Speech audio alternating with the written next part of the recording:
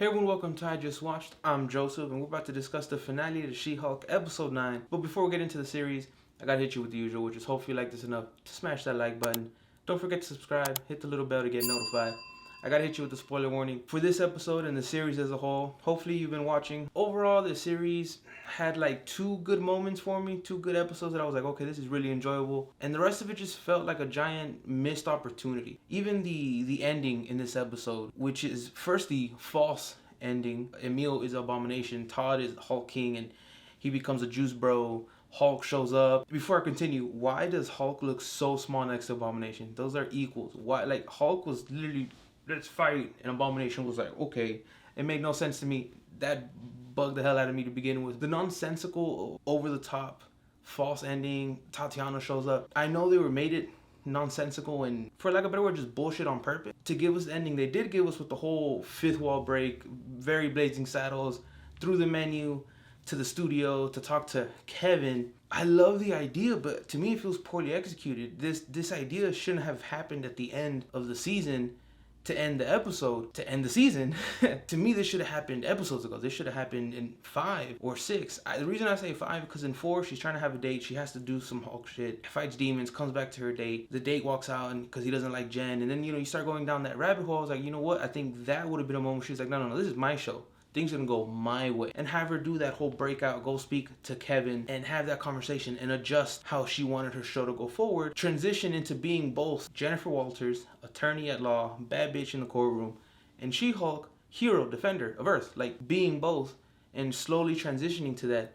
And then being that she was in control, it could go from a variety of doing small heroic things to big heroic things, to small court cases to big court cases. A blend of the personal, which is her connection with her friends, her co-workers, her love life, getting into the thing with Matt Murdock, her and him kind of having a relationship, and they're no kind about it. I smashed Matt Murdock, and I was like, okay. Little things like that, which I think would have been really good or I would have enjoyed more, fell short because the rest of the show was so lackluster. They were so focused on perhaps just building her story that I feel they truly forgot to build her character. And I say missed opportunities again because I think we're at the point where Marvel's just shoving a bunch of Easter eggs, cameos, nods, references to everything that we want to see as fans. And they're shoving it in our face like, oh, check this out, Mephisto, Red Hulk, MODOK, the leader, all these references, Doctor Doom, Fantastic Four, the X-Men. Like, they're just dropping that without really pushing anything forward towards it yet. And I understand there's long game here. I would appreciate or prefer them to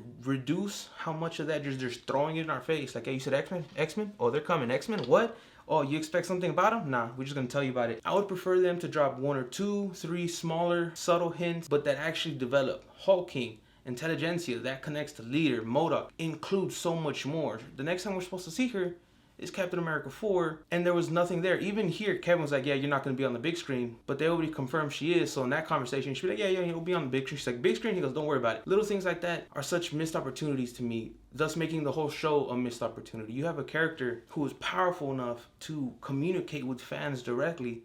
This is your time to drop real Easter eggs, knowledge, cameos that are going to pay long term. They're going to pay off in Ant-Man 3, Kang Dynasty, Secret Wars, Fantastic Four, that are going to pay off versus just spouting out references to characters and things we want. Start dropping little things that might turn into something or might not. Right now, they're just throwing it in our face that they know what we want versus trying to build or develop that. The final fight, nothing happened. She talked to Kevin. She went back home. Matt Murdock, Daredevil, shows up just like Hulk did earlier, all lazy, just shows up. Oh, did I miss it? A real confrontation showing her choose to be the hero on screen versus telling Kevin, I'm gonna be the hero. And at the end, they interviewed, so are you a hero or are you a lawyer? What are you? She's like, both. I would have preferred that.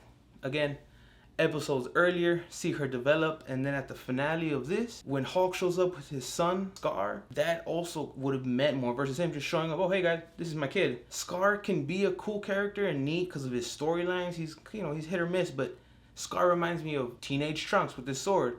He's a badass character. And he showed up, he just looks like a bro. He just showed up with the weirdest fade, bald hairline in the back thing. And the thing about Scar always has cool locks. He has long hair, he looks very unga bunga, you know what I'm saying? With his sword. And it would have been cool if he showed up in a suit, not like a button-up suit, but like a Hulk appropriate suit. His long hair, sword in the back instead of showing up in a shirt looking like a bro. Give us that idea that yes, he's a bit more savage because of his life, the way he grew up, what he's had to deal with. Whatever amount of time has passed by that he's been with his father, the Hulk, he's starting to, cross that line and develop. Things like that should be cool, should be amazing, should have me hyped. Just don't, because everything else is kind of just falling short for me. But I want to hear your thoughts. How do you feel about the show? How do you feel about the episode? Are you interested to see where things go? The one thing I really like that they brought to our attention is the relationship between Jen and Matt. I actually really like that idea. I think that can play very well, especially they're both lawyers, two different states, across country type thing. I think it would be neat to see them try to develop that further and, travel back and forth, help each other out on cases. I say that because not only in the courtroom, but in the streets. That would be neat to see. Overall, again, just felt like such a missed opportunity. There was so much they could have truly tried to develop and help push forward for the MCU as a whole. Ms. Marvel had way too much in it and had way too much just trying to shove stuff to push forward, and this one had nothing but throwaways. And if they would have split it, I think it would have felt better. It would have been better overall. And you should know how I feel about Ms. Marvel. If you don't, go watch the video. This was a huge letdown. I was hoping for more. I was hoping to be able to be like, yeah, dude, that was dope. I was enjoying it. It's another thing that Marvel Disney has shown me that is making me not be as excited as I should be for the future projects that come out. Just dropping these names for crazy story arcs. I see them like, they're probably gonna fuck it up. Instead of being like, oh, I can't wait to see that. That's gonna be crazy. I'm kind of like, because they have been for me as of recently.